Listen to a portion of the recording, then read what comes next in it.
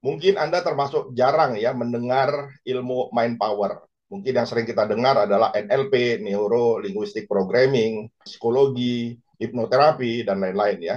Nah, ilmu mind power ini termasuk sedikit yang mengajarkan ya. Tapi menurut saya, sebagai orang yang telah mempelajari ilmu mind power sejak saya SMP, jadi sejak usia sekitar 12 tahun, ilmu mind power itu adalah cabang dari semua cabang ilmu apapun. Karena itu tidak berlebihan jika Alpha Theta menjadi sebuah lembaga pelatihan dan pemberdayaan SDM berbasis manpower dan literasi. Mengapa ilmu manpower ini sangat penting? Karena 99,9% pikiran kita masih belum terberdayakan. Artinya baru dipakai sekitar 0,001%.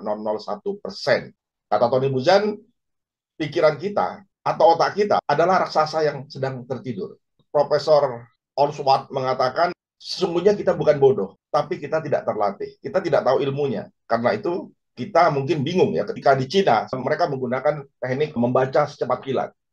Kita juga bingung kenapa satu negara melahirkan atlet-atlet yang luar biasa, sementara negara lainnya atletnya kalah terus.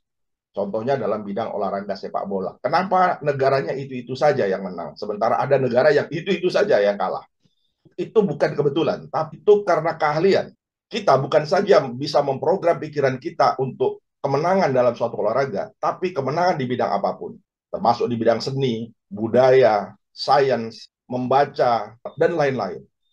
Sayangnya, kita dari kecil sampai sekarang pun udah dewasa, bahkan sudah profesor, kita tidak pernah diajarkan ilmu mind power. Apakah ilmu mind power itu? Ilmu mind power adalah ilmu tentang cara kerja otak dan pikiran. Bagaimana kedahsyatannya, bagaimana cara menggunakannya, bagaimana sifat cara kerja dan hukum pikiran. Apabila kita menguasai ini, maka seperti kita menguasai teori-teori yang membuat kita bisa melakukan apa saja. Ketika saya mempelajari ilmu mind power, saya bisa menciptakan psikotransmitter. Kemudian kita ada ilmu baca cepat, secepat kilat. Apakah Cina dan Amerika mampu membaca 20.000 kata per menit adalah kebetulan?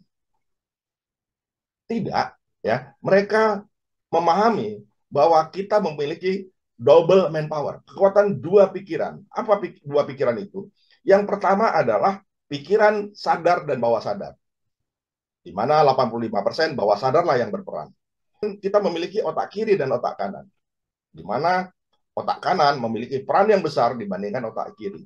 Tapi apa yang kita gunakan dalam kehidupan selama ini adalah menggunakan otak kiri dan sadar. Nah, karena itulah ilmu manpower ini penting diajarkan kepada semua orang, baik secara informal maupun secara formal. Kalau kita bisa menguasai ilmu manpower, maka kita bisa memprogram pikiran kita sendiri dan memprogram pikiran orang lain.